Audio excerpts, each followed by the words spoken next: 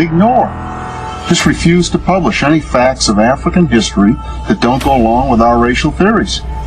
We need to create a religious and a scientific doctrine so that African slavery won't appear that bad after all. What we need to do is flood the world with new African histories that contain our European perspectives only.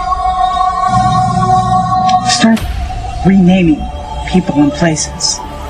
Replace African names with Arabic and European names. This will disguise their true black identity. Let's change the criteria for defining race.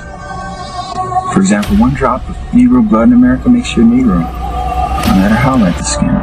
When black contribution to civilization is too obvious, let's find a way to attribute it to outside white influences. When all the ancient historians contradict your theory, we'll just discredit them. Young Elijah has just discovered that a cover-up of history is not only possible, but conceivable. There has been a conscious effort to white out the history of black people in this world. It's flood the world with new African histories that contain our European perspectives only. What we need to do is flood the world, flood the world, flood the world.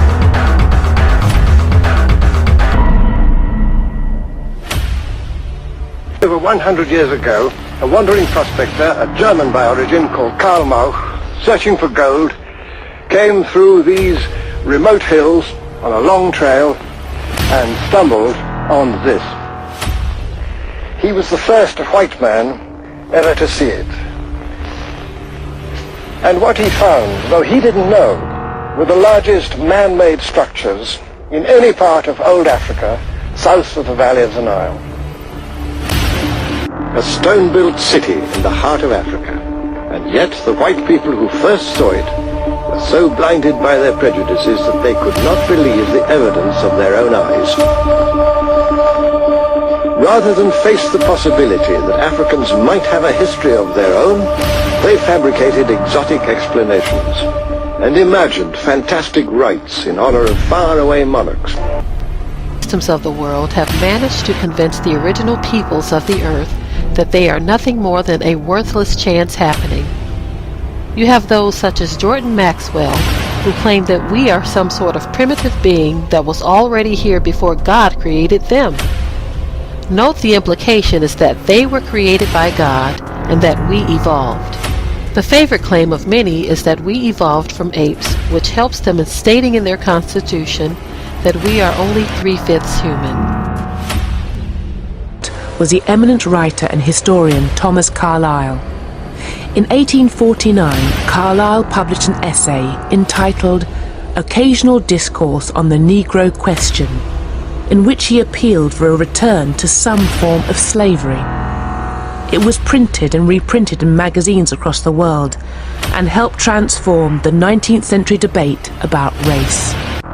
Carlyle's voice is a kind of prophetic voice, which booms out from his study in Cheyne Walk in Chelsea, and he writes these, extraordinarily powerful prophetic pieces which were read, with gusto by Victorians, and one can imagine them all sitting around their fires reading the latest periodical that's come out with this flow of rhetoric.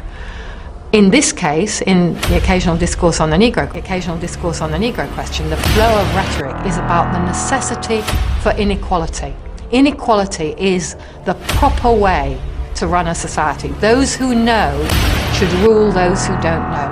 Men should rule women, white people should rule black, educated people should rule the masses.